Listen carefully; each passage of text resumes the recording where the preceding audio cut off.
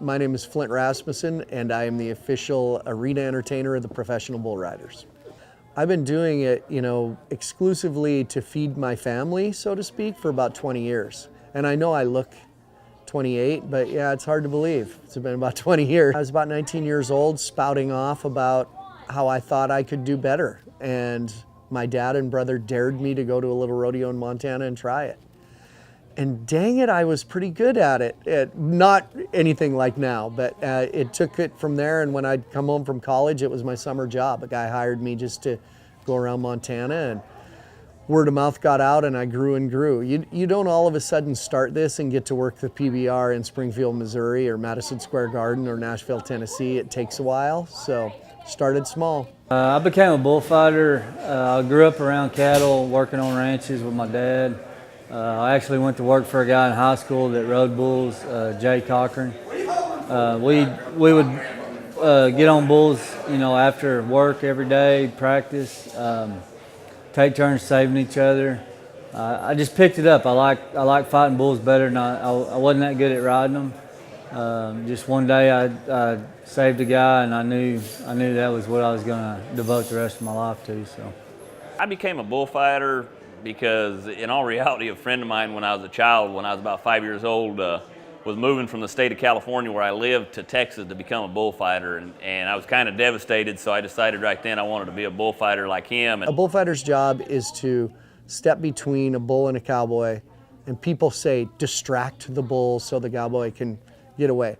Bulls are attracted to movement, so we get asked, what do you have to do to distract a bull? Basically, move in front of them. Our job is to keep these guys safe, so we're looking at positioning ourselves around them bulls, being able to kind of see where they're going, just pay attention to the bull of how he's moving, and you can kind of tell where he's going to go. You can get yourself in position, kind of anticipate the bull rider when he's going to come off, what kind of shape he's in, and just your timing. You got to have good timing to step in there in the right spot and get that bull's attention. There's three of us that work together. We try to use that to our advantage, to where we can keep that bull kind of outnumbered and confused, and we work together as a team. Probably the main thing we get asked about in this, working for the PBR, is about danger.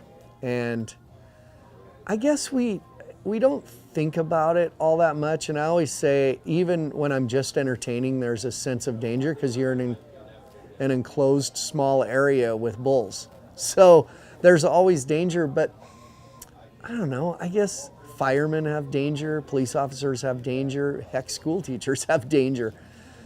So it just becomes an inherent part of the job. And I guess maybe people got to understand that myself and the bullfighters I work with in the arena, we've grown up in a very active lifestyle, a rural lifestyle, mostly ranching type backgrounds.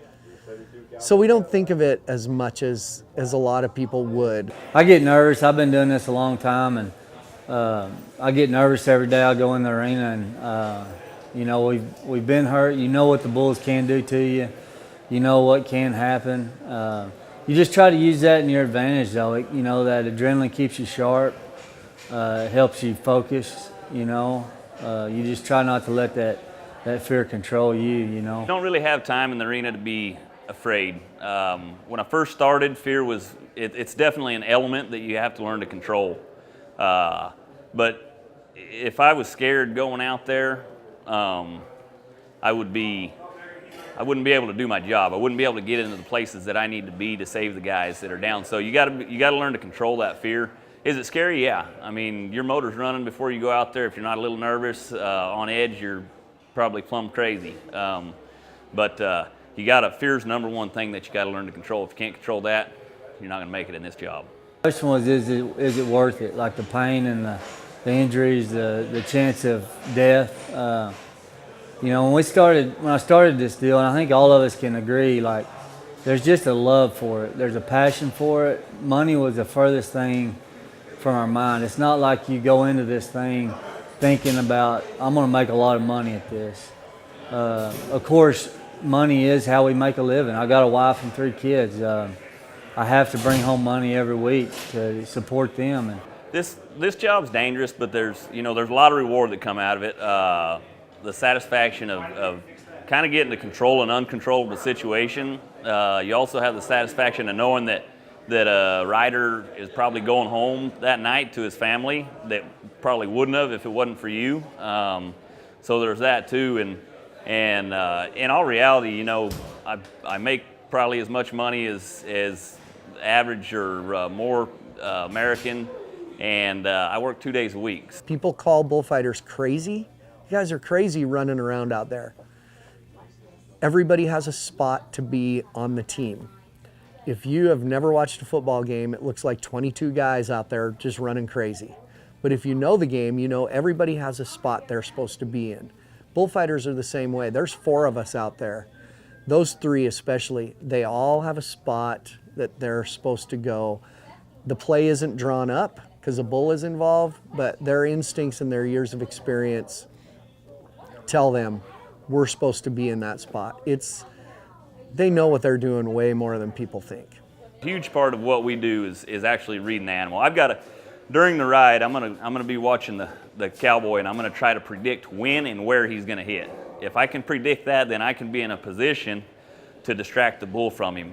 And from that point, when I get in that position, I'm looking at that bull and I'm deciding, bulls travel on leads. So they have 4 legs. Either their left leg is going to be out front, that's a left lead, or they have a right lead, or when their right leg's out front, and they'll travel on that lead. Whichever lead they're on, that's which way they're naturally going to want to go. And then you got to read their mind, you got to look at their eyes and their head and decide which way that wants to go. Put it all together and then go, okay, I've got a guy over here, I've got a guy over here, I need to go here, and you got to try to lead that bull. And it's got to all happen smooth, and it's got to happen in split-second timing. Luckily, I work with 2 other guys that are the best in the world, and they make the job that much easier because we can work together doing it. The bulls nowadays are bred. It's unbelievable how good a breeding program they have. They're bred to buck. That's their job. All their ancestors bucked. The food they eat is the high quality. It's just like professional football. The athletes are so much better in every professional sport now just due to the technology, the food we eat, the breeding, everything. And the bulls are the same. And it's really a challenge to be around these animals. And they test the guy. The hard thing is you become friends with a lot of the riders, and then you see them get hurt, which is hard. Albuquerque, New Mexico, 15 years ago, a Canadian bull rider, Glenn Keeley, not 15 feet from me, had a bull step on his chest, and he was helped out of the arena, walked out and had internal bleeding and died that night. And we had to finish the weekend. And that's kind of a dark story, but that's the things, you see friends get paralyzed. We've seen a good friend get paralyzed, or career life-threatening type injuries, and that's hard. Well, the bad thing in our job, when things go wrong, people get hurt. And you don't know whether it's going to be you or the rider. Quite frankly, you hope that it's you, because if I make a mistake, I should be the one that pays the price, not somebody else. I broke a lot of bones over the years. Broke all my ribs, shoulders, broke my leg twice, broke my arm a couple of times. Lots of concussions, but really nothing too bad. I mean, I've had a really blessed career. I'd heard about him, and I had my first chance at him. I thought, I'm going to show this bull, something he's never seen before. And anyways, he was known to he would trick you. So he would look at you and make you think he was going to go with you, and then he'd go back for the cowboy, and you were out of the play by then. So I kind of stayed a little longer and held on to him. And when I did, I had my hands on his head, and I was moving backwards with him, and he got his horn underneath my vest, threw me over the top of him, came down head first, landed with my arm out. My back of my hand was on my rear end and shattered this shoulder. Well, like this last injury was on my neck, and it was in January. I stepped in to make a save on a guy, and a bull, I was kind of at his hip. A bull felt me there, and he reached and kicked me real fast in the face, and it knocked me out. And he spun around and hooked me with his horn right in the mouth, and I was knocked out. I really didn't. The next thing I remember was waking up in the medical room. Who's braver, the bull rider or the bullfighter? That's hard to answer because We get to do it 35 times a night, and I say get to. We get to do it 35 times a night. We get to go out there and face a bull and try to save the rider's life. They get to do it 1 to 2 times a night. The difference is when they hit the ground, it's not in a controlled fashion a lot of times. They don't know where they're at and the bull's at. It makes it a little bit hairier, kind of you don't know where you're going. You just know you need to get up and get moving. On the other hand, when we get hit, we are on our feet. We choose where we're going. We see it's coming. We can kind of roll with the punches, soften the blow a lot of times. So I don't know. I always refer this question back to money because I get paid every time. They've got to win. I don't know, doing what I do, I don't know how brave you have to be. I tell everybody I'm just too lazy to work and too scared to steal, so that doesn't leave very many options. So, no,